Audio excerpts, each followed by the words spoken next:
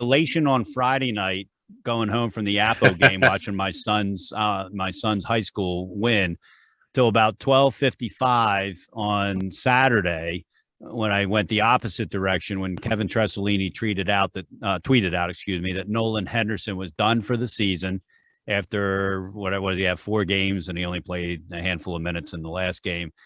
He's going to have pelvis surgery. Everybody had talked about that was the problem that he was having, but they kept putting him back in there and he kept playing, and he's a tough kid. We all know that. And I'm sure he got medically cleared and blah, blah, blah, blah, blah, blah.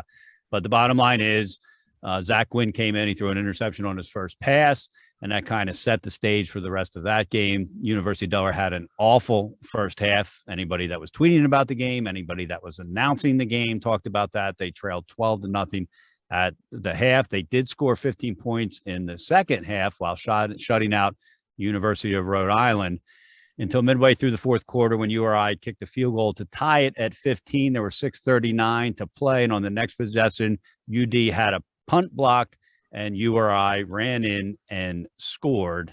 That was at the 3:41 mark, so they're up 22-15. Delaware drives to the 11-yard line, and Zach Gwynn throws an interception in the end zone, his third interception of the day. And from what I understood, I was listening to the game, not watching it.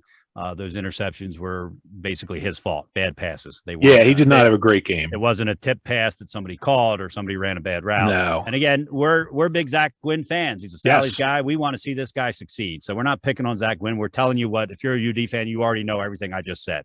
But that's just the way that it unfolded.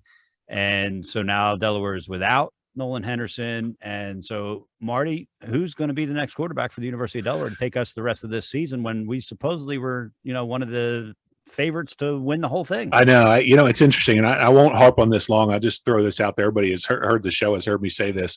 I went back and forth with a friend on text messages about, well, if a kid's cleared, the coach is okay to throw him in.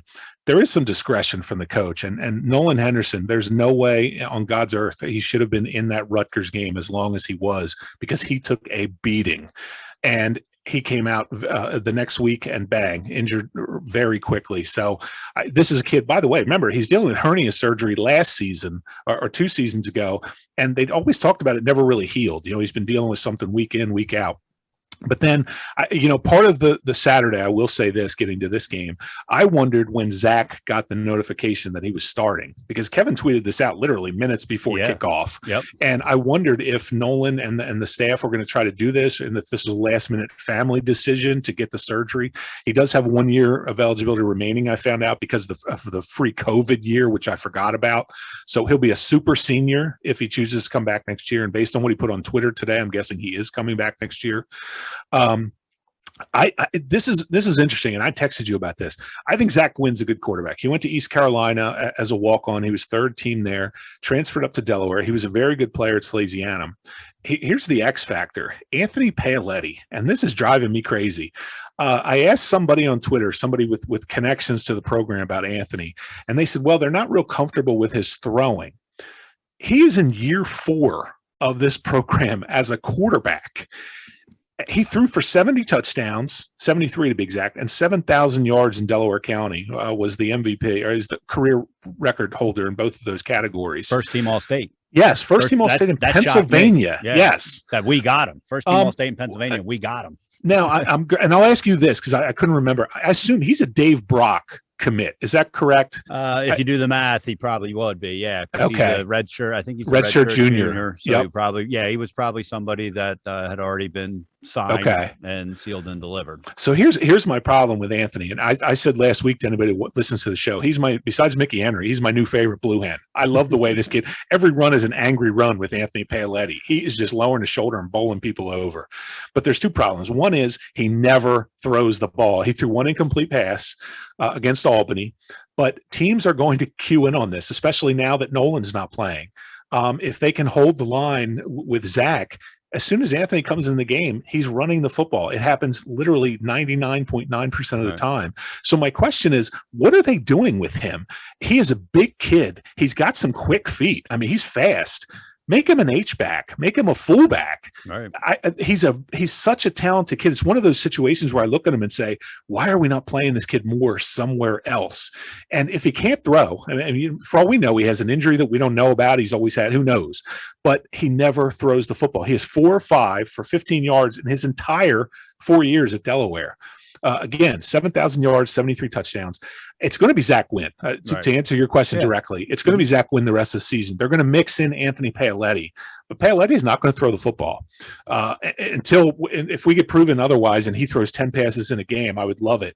But, I look at him and I see Tim Tebow back at Florida. And I'm not, for those out there, no, I'm not comparing Paoletti to Tim Tebow. But body-wise and throwing mechanics-wise, maybe they are similar because guess what? Tim Tebow couldn't throw either.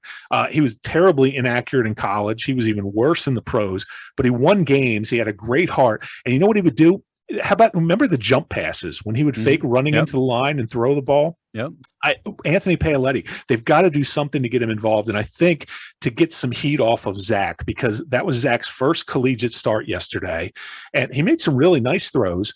He made a number of bad ones, which I'm sure he'd be the first to tell you. And by the way, his dad is a St. E's guy. He used to be a quarterback at St. E's. So there's that connection. So I love Zach even more. But it's going to be hard for him because the crowd, everyone loved Nolan Henderson. And it's funny, Nolan never gave the crowd that opportunity where it used to be with the Eagles in the past and stuff. He'd say, well, the most popular guy on every team is the backup quarterback. Right. Because everybody thinks, oh, well, he could probably do a good job. Right. That's never been the case at Delaware with Nolan Henderson. Mm-hmm. And let me just finish with this, because I will say Zach's going to be the starter, but they've got to find a bigger role for Anthony Paoletti. I just want to say for Nolan Henderson out there, a perfect example. I would love to see this kid go into Delaware high schools at some point, either this season, next season, whatever, and talk to kids about the journey. This was a kid you and I watched all through high school. I did not think he was a Division I or II player. Nope. I thought he'd be a great fit at Wesley. Yep, exactly. Yep. And he went to Delaware and he told everybody that cared, I'm going to do this. He did it, and not only did he do it, he's first-team All-CAA quarterback last year. He has become an amazing leader of that team. He is the epitome of what a Delaware high school athlete should want to attain. And I'm not talking about the Division I status. I'm talking about getting every little bit you can out of the talent that you have. And through hard work and tenacity, this kid has gone way further than anything I thought he was capable of. And I'm extremely proud to say I'm wrong. I was wrong about that, because it has been so much fun to watch this kid. And I only hope this surgery goes well, and I would love to see him back with the Ends next season. He's going to go down as one of the all-time fan favorites when it's all said and done. Absolutely. And Nolan, we're glad you're coming back next year, and we wish you nothing but the best. All right.